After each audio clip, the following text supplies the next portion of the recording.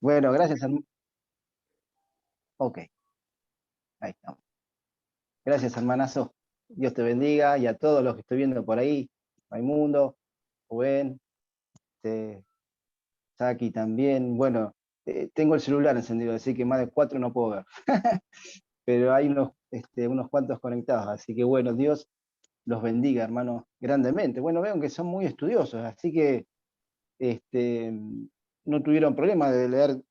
Yo le dije a Saki por lo menos 20 veces en 4 versiones diferentes el libro de Joel. ¿Lo leyeron? No. Medio sobre la hora fue todo, ¿no? Bueno, este libro, la verdad que cuando lo estudié, en su momento me pegó muy fuerte. Y cada vez que venimos a la palabra de Dios, realmente somos instruidos, ¿no? Como creyentes le tenemos miedo, un poco de miedo al Antiguo Testamento, porque, bueno, vamos a ser sinceros, ¿no? Tiene un lenguaje un poco, podemos decir, no tan, este, eh, tan claro como el Nuevo Testamento, ¿no?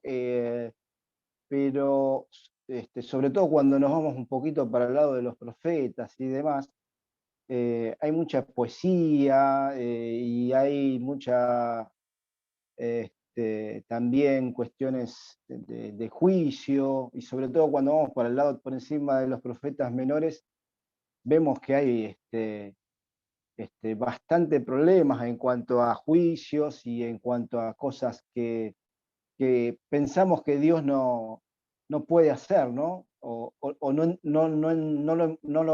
lo metemos a Dios, digamos, dentro de esas posibilidades de castigo tan fuertes, ¿no? Por eso quizás a veces le huimos, pero ¿saben qué? En toda la Biblia, dice la palabra de Dios, es inspirada por Dios y útil, ¿no? Para enseñar, para redarguir, para convencer, para instruir en justicia, dice allá Pablo a Timoteo. Y, y realmente es así. Cuando nosotros nos abrimos a la palabra de Dios, ella nos enseña de una manera hermosa. Y cuando tenemos dificultades con respecto a algunos libros, bueno, hermano, la verdad que hoy en día con Internet eh, a disposición y una buena secuencia de búsqueda, uno puede llegar a leer o a bajarse algunos hermosos tratados y comentarios de la palabra de Dios que en otro tiempo, no voy muy atrás, 20 años atrás, tener una excelente biblioteca era bastante complicado porque no se podía, pero hoy en día la verdad que si no aprovechamos la bendición que tenemos de poder adquirir libros, muchos de esos libros de forma gratuita totalmente, realmente estamos desperdiciando un tiempo importante. Así que bueno, gracias porque veo que son bastante estudiosos, por lo menos me lo están demostrando. Así que los felicito y insto a que sigan haciéndolo así. Bueno, el libro de Joel. ¿Hay alguno que le pareció raro el libro? ¿Hay alguno que lo leyó? O si quieren podemos abrir nada más un momentito los micrófonos. ¿Qué te llamó del libro? O sea, si alguno lo leyó y qué es algo que digo, wow, mirá lo que dice este libro, o mirá lo que me está diciendo.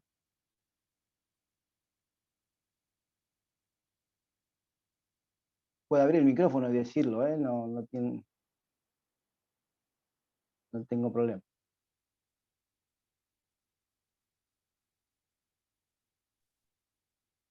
Bueno, el silencio, el que calla otorga, dice. Bueno, vamos a avanzar. Eh, el libro son 3 capítulos nada más, recontra cortito, como decimos. ¿Mm? Eh, el libro de Joel tiene ciertas particularidades con respecto. ¿Se escucha ahí el micrófono ahora? ¿Antes no se escuchaba? Ah, entonces es un problemita del micrófono. Bueno, me lo voy a poner acá, a ver si. Ahí se escucha bien, ¿no? ¿Me dijeron?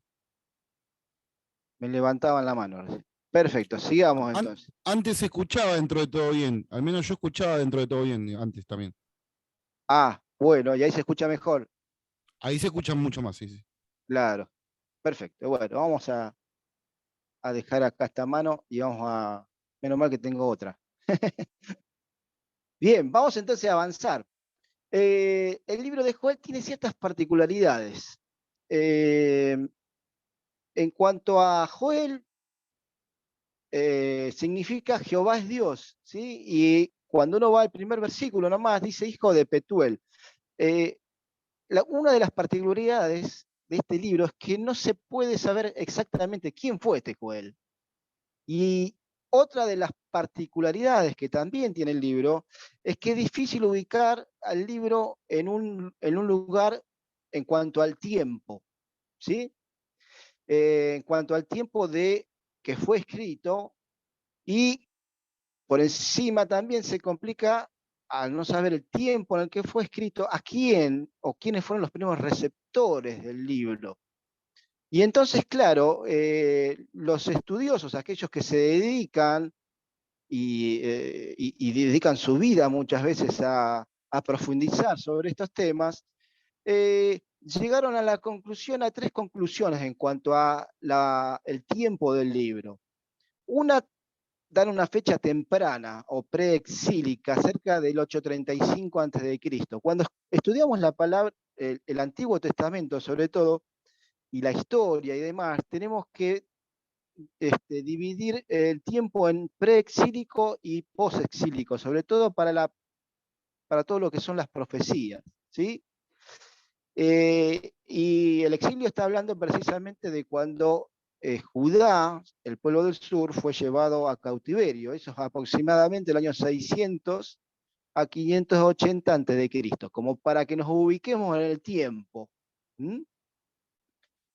Eh, Una fecha temprana ubica el libro en el año 835. ¿Eh? Algunos entienden que Joel llevó a cabo su ministerio profético durante el reinado de Joás en Judá, basándose en que los pueblos mencionados en el libro como enemigos fueron de Judá, ¿no? Fueron Sidón, Tiro y Filistea, que son más bien acordes con la época preexílica.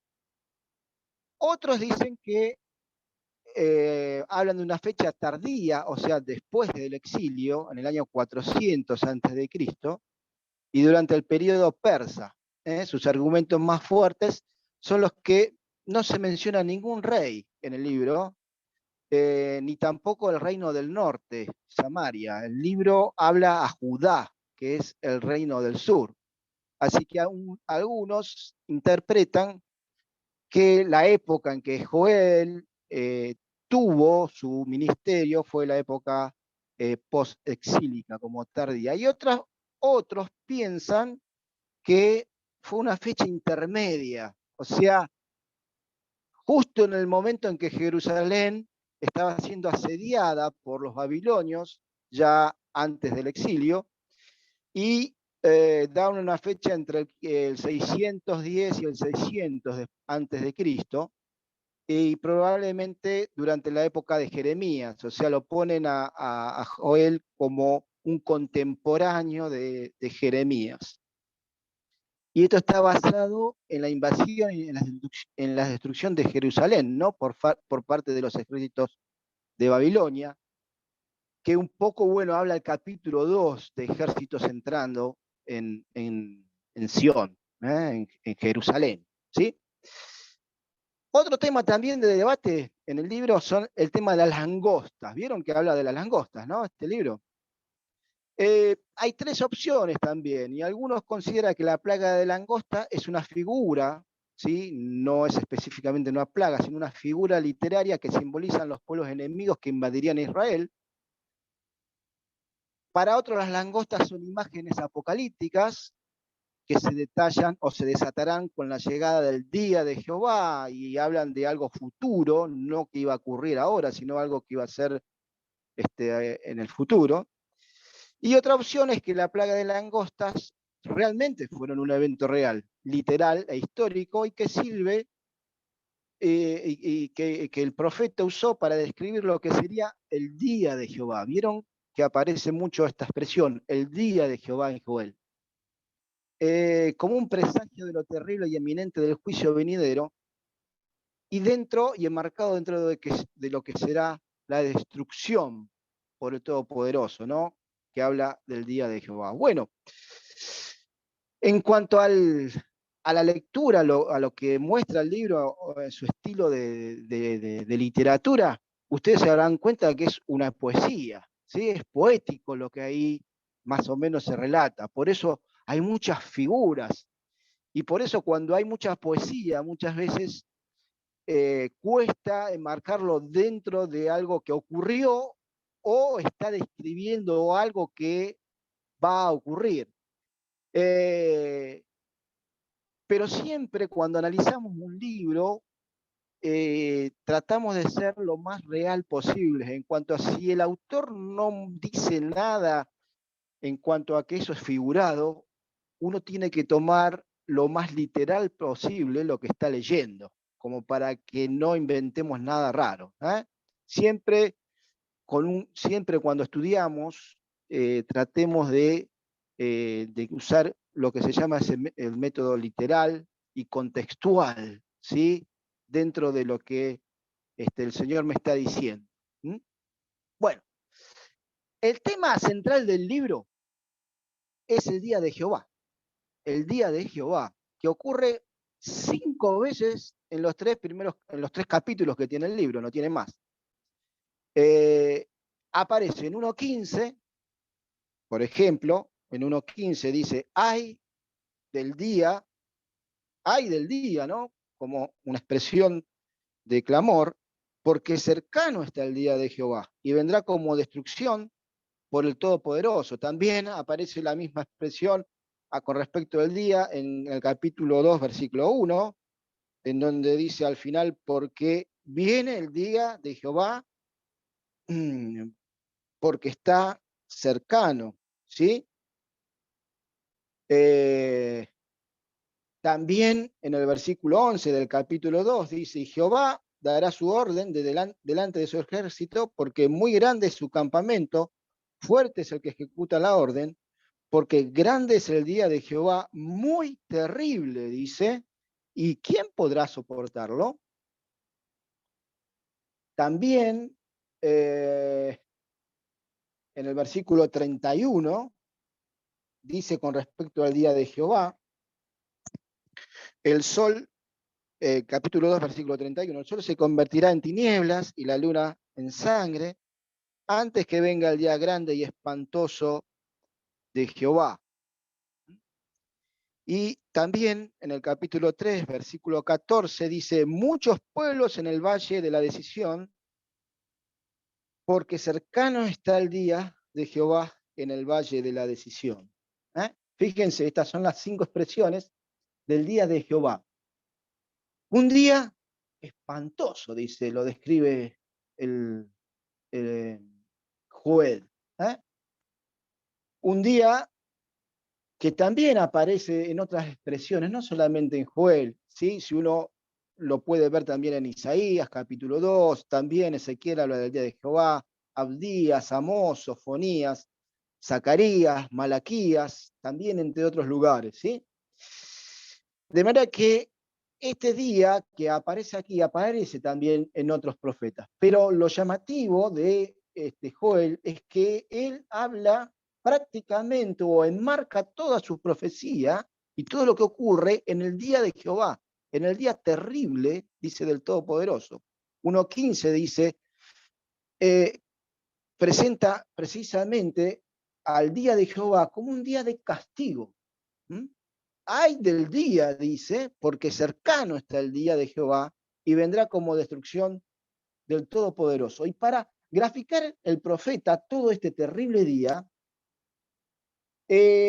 apunta a una plaga de langostas. ¿Sí? Esto está en el versículo 4. Lo que quedó de la oruga comió el saltón, y lo que quedó del saltón comió el revoltón, y la langosta comió lo que del revoltón había quedado. Estas plagas son devastadoras. Investigando con respecto a estas plagas, y en el cercano oriente allí, todavía siguen siendo plagas muy complicadas. Este pequeño animalito, que tiene unos 4 centímetros cuando es en su etapa adulta, también va pasando por diferentes estadios. Y cuando vienen en enjambre, son millones de millones, son nubes de langostas. Y hacen un desastre, no dejan absolutamente nada. Por eso el profeta, de alguna manera poética, porque no deja de ser una poesía, grafica precisamente el desastre que hace un ataque o una plaga de langostas. Y estas plagas, lejos de irse, muchas veces vuelven 2 o 3 veces, y muchas veces están meses enteros dando vueltas hasta que no queda absolutamente nada. Esta plaga la conocían los israelitas. Está descrita en Éxodo capítulo 10, por ejemplo. En la Biblia hay muchas plagas de langostas. En Éxodo 10, una de esas plagas fueron precisamente las que envió el Señor sobre Egipto. Ahora, este desastre, lo que querían graficar y decirle como mensaje al pueblo, el profeta, era que no era una casualidad de la naturaleza, sino que era precisamente una manera que Dios utilizaba para castigar el pecado del pueblo. Porque eso es lo que pasaba. El libro de Deuteronomio, cuando habla al final del libro acerca de las consecuencias de la desobediencia, las bendiciones y las maldiciones de hacerle caso a la palabra de Dios con respecto al pueblo, dice en 2 oportunidades con respecto a las langostas. En Deuteronomio, por ejemplo, 28:38, y también en el mismo capítulo, en el 42, habla acerca de la calamidad de las langostas y que iban a ser utilizadas por Dios como un método de castigo. Sacarás mucha semilla al campo y recascarás poco, porque la langosta lo consumirá. Y el 42 dice, toda tu arboleda y el fruto de tu tierra serán consumidos por la langosta, de manera de que ya el Señor les había advertido que una de las formas que iba a tener Dios para castigar el pecado del pueblo iba a ser precisamente plaga de langostas. Esta terrible plaga es terrible, trae consecuencias devastadoras. Bueno, desde el punto de vista material, la tierra quedó totalmente arrasada. Si uno lee, por ejemplo, versículos 17, 18 y 19 del capítulo 1, lo leemos, dice, el grano se pudrió debajo de los terrones, los graneros fueron asolados, los alfolíes destruidos porque se secó el trigo. ¿Cómo giñeron las bestias? ¿Cuán turbados anduvieron los hatos de los bueyes? Porque no tuvieron pastos. También fueron asolados los rebaños de las ovejas. A ti, oh Jehová, clamaré, porque fuego consumió los pastos del desierto y llama abrazó todos los árboles del campo. Las bestias del campo bramarán también a ti, porque se secaron los arroyos de las aguas y fuego consumió las praderas del desierto. De manera de que todo esto nos habla de qué? De una tierra arrasada, sequías, falta de alimento para las bestias, desabastecimiento de granos, incendios. Terrible situación. Y no solamente desde lo material, ¿sí? Que ya de hecho es una calamidad, sino que también se quedaron y se vieron afectados desde el punto de vista espiritual. ¿Por qué? Bueno, porque al perder el aceite y los granos, la vida religiosa del pueblo también se vio seriamente afectada. No tenían la posibilidad de ofrendar. Ellos ofrendaban los productos de la tierra a Jehová, al Señor. En el versículo 9 del capítulo 1 dice esto: desapareció de la casa de Jehová la ofrenda de la libación. Los sacerdotes ministros de Jehová están de duelo. Fíjense cómo lo manifiesta el profeta. Están de duelo, no pueden ofrendar. También la vida social del pueblo quedó terriblemente afectada. Se vio sumergida en una profunda tristeza, ¿sí? Y desesperanza. Por ejemplo, el versículo 12 dice del capítulo 1, la vid está seca y pereció la higuera, el granado también, la palmera y el manzano, todos los árboles del campo se secaron, por lo cual se extinguió el gozo de los hijos de los hombres. Se fue el gozo, se fue la alegría por esta calamidad que estaba sufriendo, que sufrió el pueblo. Y también se manifestaba en luto. Versículo 8 dice, llora tú como joven vestida de cilicio por el marido de su juventud. Son todas figuras poéticas que nos marcan la desesperanza. Es por eso que Joel llama la atención, en primer lugar, ¿a quiénes? A los líderes del pueblo, a los ancianos y al pueblo en general. ¿A qué? Bueno, a un gran ayuno nacional, clamando a Jehová, versículo 14. Dice, proclamad ayuno, convocada asamblea, congregada a los ancianos y a todos los moradores de la tierra, en la casa de Jehová vuestro Dios, y clamad a Jehová, clamen a Jehová, porque esto es un desastre, no queda nada. Es una desolación total. Y también el mismo Joel da cuenta de que él mismo también se puso como ejemplo en el versículo 19. Dice, a ti Jehová clamaré. Él está hablando ahora en primera persona por el desastre que estaba viviendo la nación en ese momento. Si avanzamos en el capítulo 2 también tenemos consecuencias terribles de la devastación de esta plaga de langostas. Bueno, pero en el capítulo 2 Joel mira a Sion y a Jerusalén. Ahora habla a Jerusalén y a Sion. Por eso se dice, tocad trompeta a Sion y dad alarma en mi santo monte. Sion es Jerusalén, la capital del reino. Algunos piensan de que lo que aparece en el capítulo 2 no son langostas, sino que Joel está viendo a ejércitos. Bueno, más allá de que sean langostas, o sean las mismas langostas que se describen del capítulo 1, lo cierto es que también es una devastación lo que ocurre en el capítulo 2. Y todo también dentro del día de Jehová.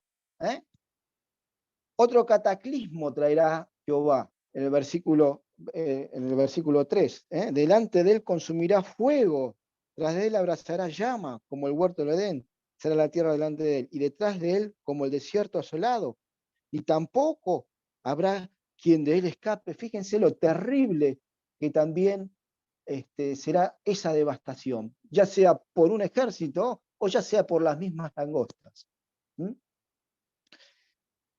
Pero al igual que en el capítulo 1, fíjense algo maravilloso, si la nación se arrepentía,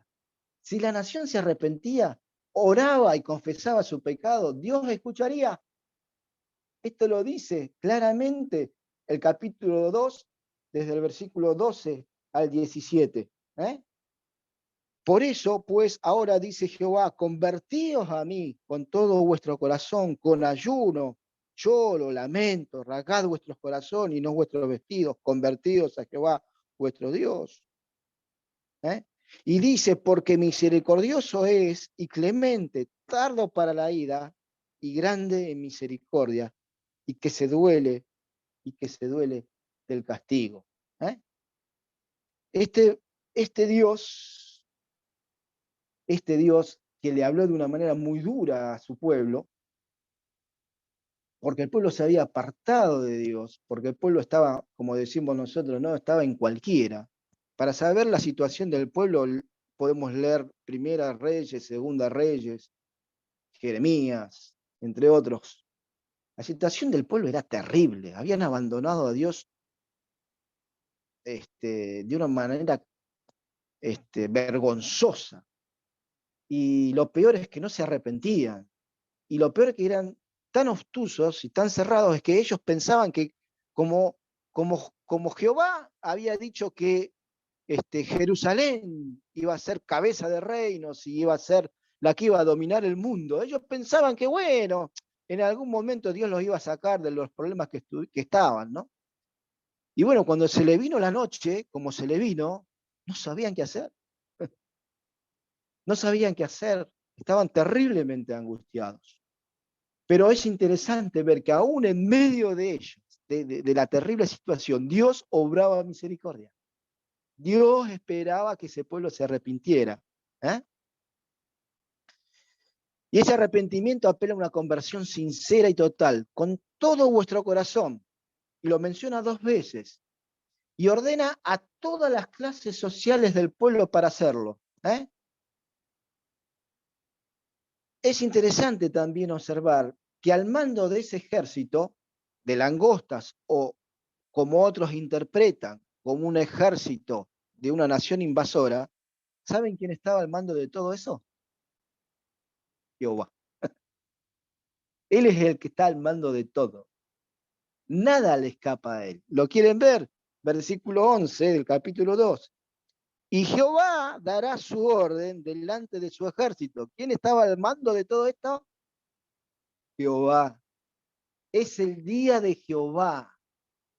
Y por más que sea un día terrible para la nación, ese de castigo, de las langostas, o de este ejército que iba a caer sobre ellos de una manera despiadada, ahí estaba Jehová. También en el versículo 25b dice que mi gran ejército que envié contra vosotros, está hablando de ese ejército que había enviado contra ellos, de manera de que él era el que estaba acá a cargo de todo. Él no está fuera de control. Hermano querido, te pasan cosas raras en tu vida, estás pasando por situaciones límites, estás pasando por situaciones que decís, ¿dónde está Dios? Dios está. Imagínate la situación de este pueblo. Este pueblo estaba terriblemente convulsionado, no tenían para comer, estaban muertos de hambre, había sequías, habían sido devastados totalmente. Obviamente, ya lo volvemos a repetir, a causa de su pecado. Pero Dios no se había ido, Dios estaba ahí. Y Él siempre, siempre está. ¿Mm? Ahora, este arrepentimiento que Dios le propone a su pueblo es siempre gracias a las misericordias de Dios. Nunca lo debemos olvidar. Siempre tenemos las misericordias de Dios a nuestra disposición. Lo dice Él, porque misericordioso es y clemente, tardo para la ira y grande misericordia, y que se duele del castigo. ¿De quién está hablando? De Dios. Dios no Dios no disfruta el castigo. No, por favor, no lo disfruta. Se duele del castigo. Ahora es necesario el castigo. Hay momentos en que el castigo es necesario, y esa era una de las épocas en que el pueblo debía ser castigado por su pecado. Esta verdad la trae el profeta a la memoria al pueblo, quizás recordándole también un hecho parecido y en donde Dios obró misericordias, que fue cuando el pueblo de Israel allí en el monte Sinaí pecó contra Dios, ¿no? Haciéndose un becerro de oro.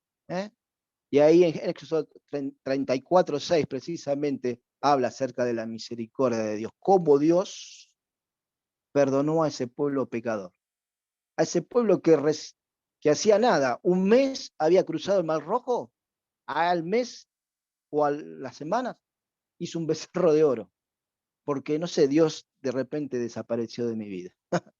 Bueno, así somos, ¿eh? No estamos, no estamos acusando a nadie, no. Nosotros nos tenemos que ver reflejados en ese pueblo. Somos así, somos así. Nos olvidamos muy rápido de las bendiciones de Dios, muy rápido. Y nos acordamos de la malaria, ¿no? De esa sí nos acordamos, pero de las bendiciones de Dios no. Seamos agradecidos. ¿Mm? Y si hemos pecado, busquemos misericordia de Dios.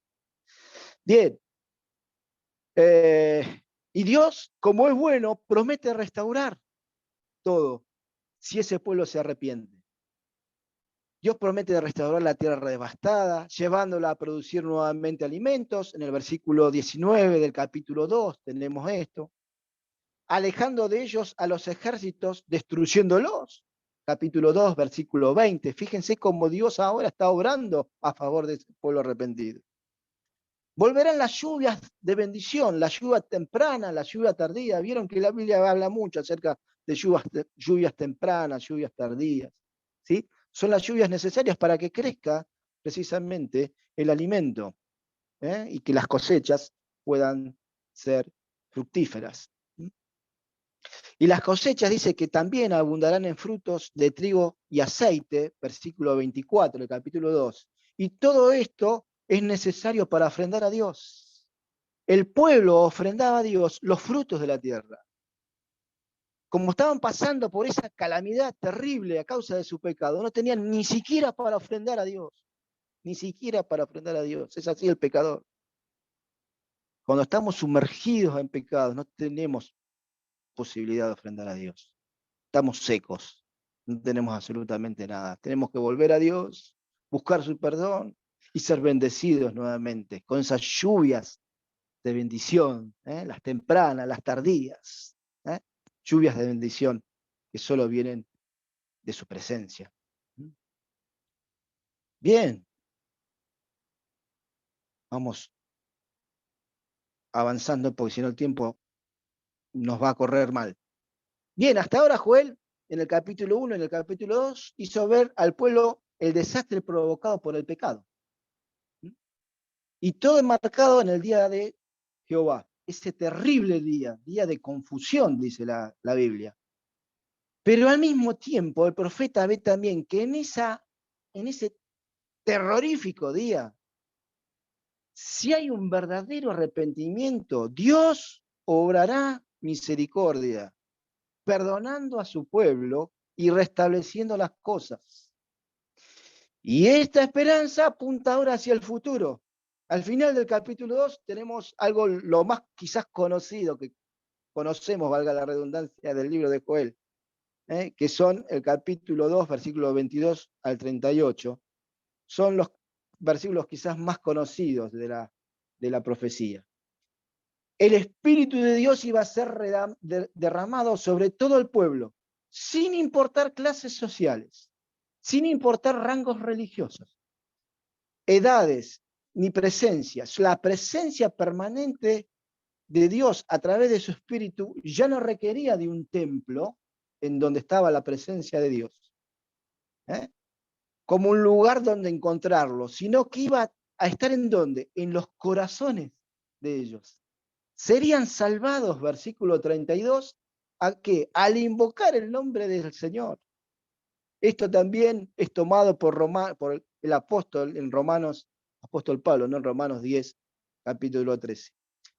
Esta verdad también está mencionada por otros profetas, por ejemplo Ezequiel, por ejemplo Jeremías, Isaías. Y Pedro también se refirió a este pasaje en el día de Pentecostés, en Hechos capítulo 2. Este derramamiento del Espíritu Santo en el día de Pentecostés no fue el cumplimiento de la profecía de Joel, sino un anuncio de su venida, de la venida del día de Jehová, otra etapa del día de Jehová, del tiempo del fin, del tiempo que nosotros estamos viviendo ahora. Y en ese contexto se encuentra la profecía de Joel, ¿sí?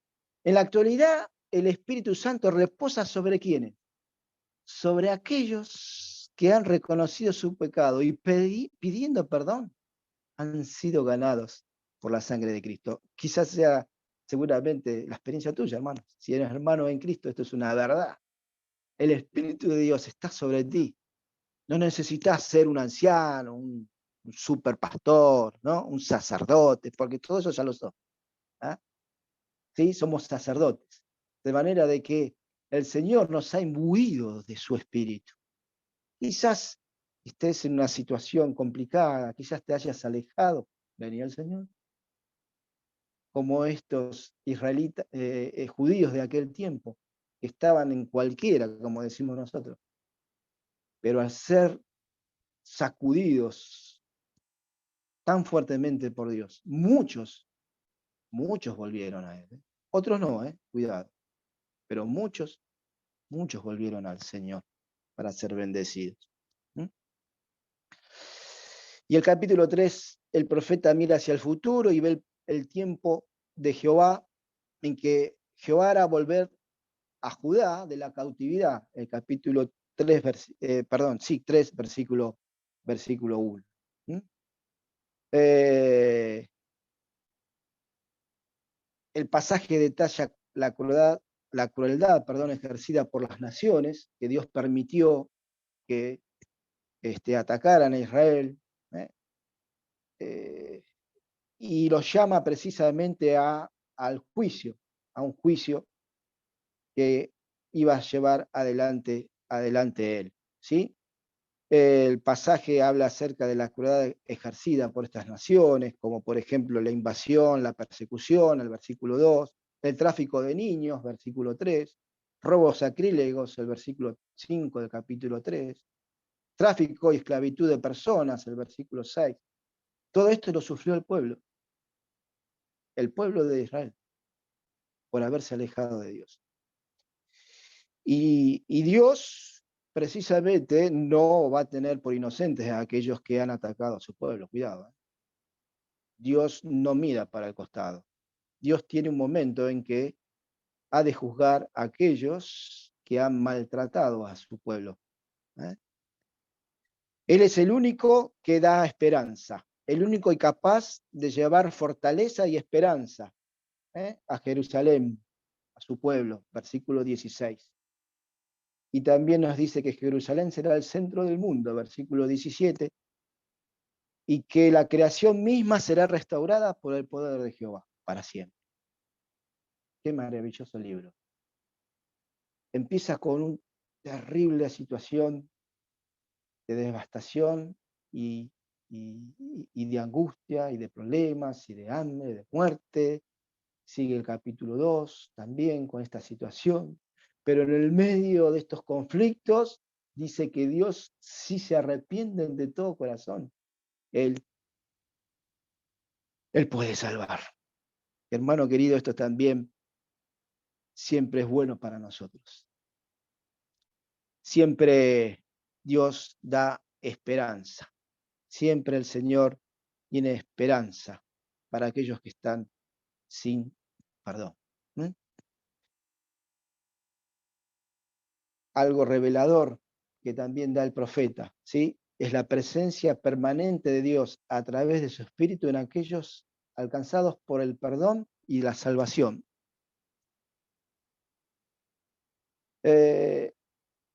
Todos me conocerán, dice precisamente con su mente y con su corazón. Jeremías 31, del 31 al 34.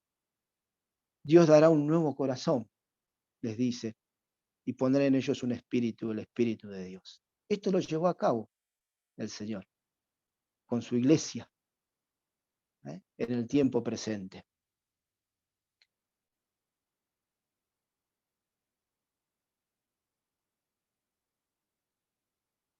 Y para terminar, pasando por alto algunas cosas, el mensaje para la iglesia de hoy es un mensaje para vos, hermano, de esperanza. La esperanza siempre de que la misericordia de Dios es permanente. Joel 2, 12 al 14.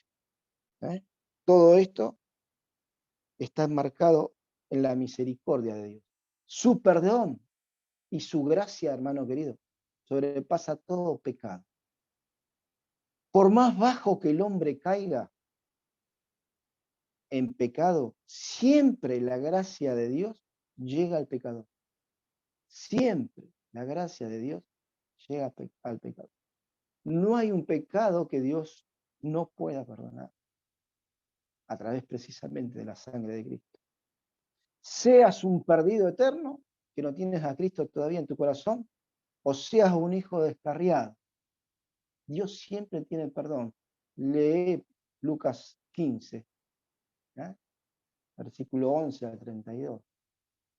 ¿Sí? Donde está la parábola precisamente del hijo pródigo. En Dios siempre hay perdón, hermano. ¿Estás mal? ¿Tenés pecado? Acércate a Dios, querido hermano. No des más vuelta. Así como hicieron muchos en el tiempo de Joel, que volvieron al Señor y Dios le restableció nuevamente todas las bendiciones. En Dios siempre hay perdón, porque la sangre de Cristo dice que nos limpia ¿de qué?